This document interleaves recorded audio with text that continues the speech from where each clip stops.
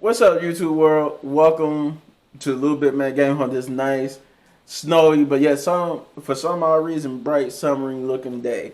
Uh, First thing first, you can hit that like, subscribe, and share the notification button. I greatly appreciate it.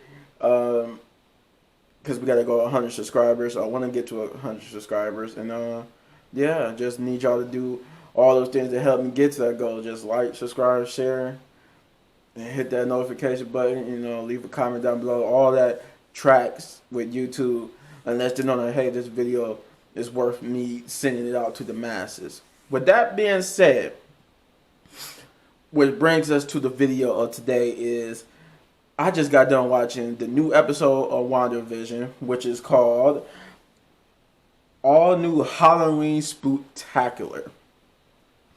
And let me give you a quick synopsis of what this episode is about before I break it down. It says, disturbance on Halloween separates Wanda from Vision, who looks into the anomaly and activity that's going on in Westview. So basically, in point, it's Halloween. Wanda is Halloween. Everybody dressing up. Wanda and Vision, they dress up as they more comic book accurate versions of themselves. Like Wanda got her classic Scarlet Witch attire on, and Vision got a makeshift version of his classic attire from the comics. And it's Halloween. They getting prepared. It's their kid's first Halloween. Pietro is in town, but we get more backstory onto why he's here, what's going on, and like pretty much they still pinpoint to the one particular person. Because, like I said, I don't want to spoil it for you had you not watched the episodes or seen this series. But yes, it give you so much backstory, but. So it starts off with them, like I said, getting ready for Halloween and whatnot. The kids playing around with Pietro, and you can still feel like the disdain or lack of trust, I should say, not disdain, but lack of trust from Vision between Vision and Wanda. Because after last episode, when Vision's pretty much figured out, he's become self-aware that something's going on in Westview. And that something is not right. He knows something is not right. He knows that something in Westview just is not what it seems. People are acting like they're scared. They're not acting like a happy, go-lucky town. They're acting more like prisoners who are scared of a warden. And in that case, that warden could possibly be Wanda, could possibly be somebody that we don't know, but. For whatever reason, they're scared. So that caused Vision. He lies to Wanda and basically tells her he's gonna help the other guys with the neighborhood watch. But in reality, he's going to investigate Westview. He wants to see what's going on, and in this episode we got to see where in the last episode Wanda came out of the little bubble to confront like the sword agents, and now we see where that's at. That where she exits out of the Westview is on like the outskirts almost. It was on like the outskirts of Westview, and that the closer you get to that part of Westview on the inside of it, the more you see like people are stuck in the trance and stuff. It's like the further you get out, away from Wanda and try to escape, it's like the more frozen you become. And both Vision and the people on the outside realize that, because they found out that it's later on in the episode, but they find out that Hayward has a way of tracking Vision, and they see that the people in Vision's vicinity and his close to him, they can see, they can get an accurate head count of how many people there. But they also notice that the closer that Vision got to the outskirts of Westview, there were some people that wasn't moving at all, like they was frozen, and that was from like a computer monitor standpoint, right? And then they show you the actual from Viz's point of view, and his point of view is that it's just like they see on the computer. These people are like frozen in time. Like the further he got, the more frozen it was. Like he got to one part where people were still moving, but they was moving like they was animatronic like devices you would see like at a museum or a display or some type of stuff. Like they, you had one lady, she just going like this back and forth because she hanging out her clothes out in the yard to dry, but she could never complete it. She's stuck in between hooking it and unhooking it or going to hook it. And as soon as she get to hook it, she automatically comes back. This hand is stuck. And she's just stuck like right here just looking. And she can't stop. And you can see her husband, he's like, he's stuck between like in a loop trying to put down the pumpkin for Halloween. And picking it back up. So you see these things and you realize, okay, whoever is doing this is kind of messed up because these people are trapped. And then you realize they are self-aware. Like it's like a movie where a person is being controlled, or they can't control what they say, do, or whatever. But you could tell they're aware with their eyes, right? And that's how this episode illustrates that the people who are frozen, who can like move and talk, they're almost trapped in their body. They can't be their real selves. And if it's like they're fighting to break through. Like the lady who I said was stuck doing this, Vision noticed that she was crying. He was trying to talk to her, but she wouldn't say nothing. Then he looked closer. He could see a tear come down her eye because he realized, oh my God, she's stuck in her own body. She's aware of what she's doing, but she can't stop herself. And once again, then we find Agnes. It looked like she was trying to escape, and some more details about her came out too. Like for example, they made it seem like she might not be a Westview resident. She might be somebody who was probably passing through that got caught up in the anomaly of what's happened. But in the sense of not trying to spoil it, there was a little bit of information that we did find out. Not with Agnes, I'm jumping back and forth between topics, but the person, we do know that at least it's safe to assume that this one particular person is controlling everything, and Pietro is talking to that person, and he's like, how did you do this? How did you, make all this happen? And this person is like, well, I really can't remember how it happened, how I did it. I just know that I was feeling alone and emptiness and nothing but a pit of loneliness. I lost everything, and somehow I was able to create all this. And Pietro, he's not upset. He's like, I'm actually like astonished. Like, I'm surprised. Like, I didn't think you was this powerful. Like, he was like, you went beyond what you normally could do. You went beyond just doing stuff like this and making people see nightmarish things to actually creating a reality. So, he's astonished, and that he's this person is like, well, how are you here? Because in reality, you died. You died in the fight with Ultron. And Pietro's like, well, I'm here because, a certain person called me here. This person called me here, and the last thing I remember was dying. He actually remembers dying he actually remembers dying, from Ultron, being shot and killed, and that he remembers all that. Then he said, next he heard this person's voice in his head, and he came straight there. He's doing what he was, he's doing what he's told. He doesn't even know why he has a different face. He just knows that he so apparently it's supposed to be the actual Pietro from Age of Ultron, but for some reason he has the face of the Pietro from the X-Men movies. And he doesn't know why. He just know that the person who called him there is the reason why he have a different face for some reason. And he's self-aware. Like he knows that he knows who's he knows at least partially who's controlling everything, why everything the way it happened, and he knows that Vision is really dead.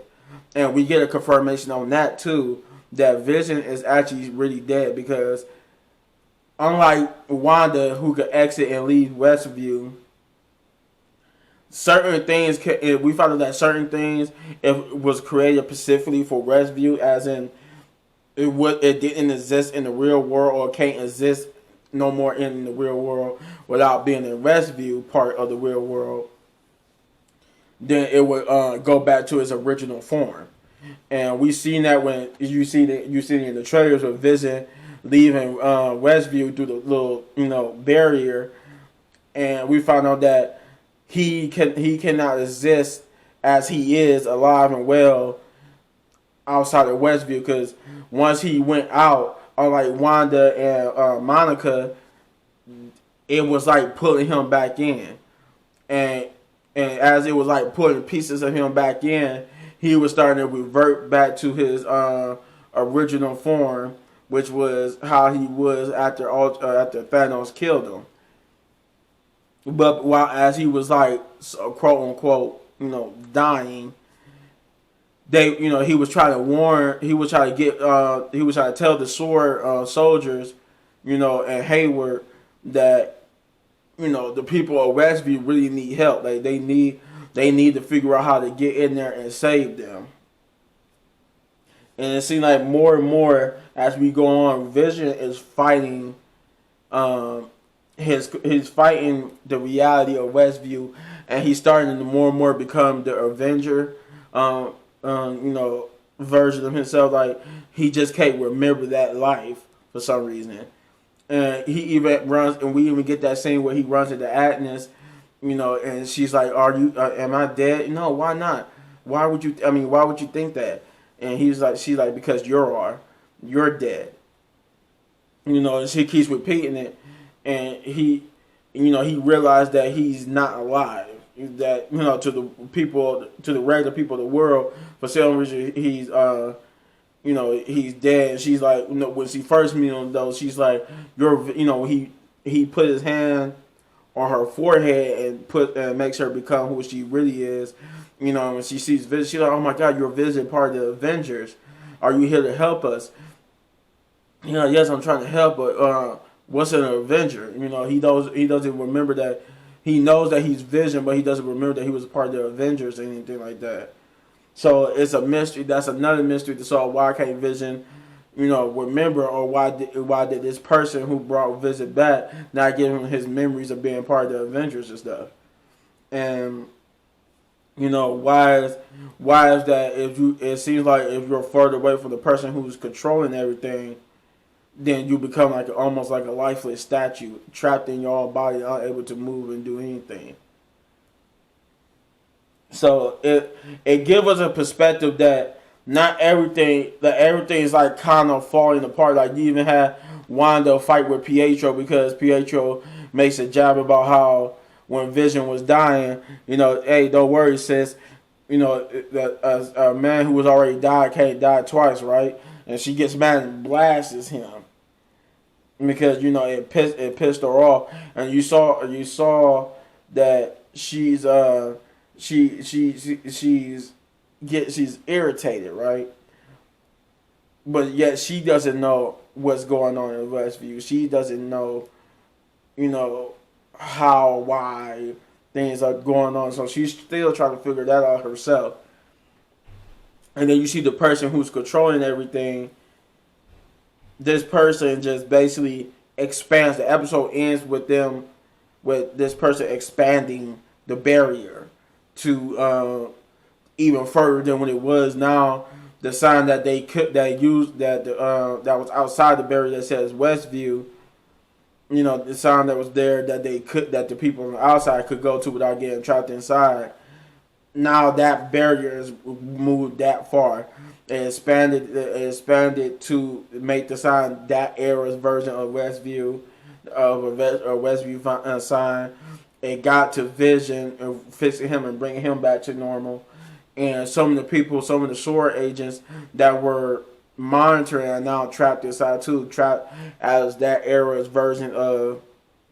Well, I want to say it was it was still the 1980s, like version of themselves and stuff like that, and they transformed them. Now they part of the anomaly too. All in all, this episode proves that they could tell a good story with 30 minutes because they told the story that a Vision still not trusting Wanda, and he's trying to figure out how to save the people of Westview and get them, to safety. He's becoming more of his Avenger self, even though he can't remember being an Avenger. And so it's Wanda, who is transfixed and in love with with Westview and everything. She's starting to slowly lose her grip and starting to see reality for what it is, and it's messing with her as well. And it's messing with her in a bad way because after everything she went through, she kind of wants the Westview life over reality because reality is not what she wants at the moment. All in all, I say if I have to give this episode, I give it an 8, a solid 8 big ups, just because it could have been a 10 if they just put just a little bit more, like this much more information in there, and I would have given it a solid 10 because we still don't know what's going on. We found out what's going on with Monica a little bit while her scans was holding up blank, and I guess it's because her DNA is being rewritten, was what they said, but that was like a plus and a minus in itself because of the fact that we only got that little bit of information.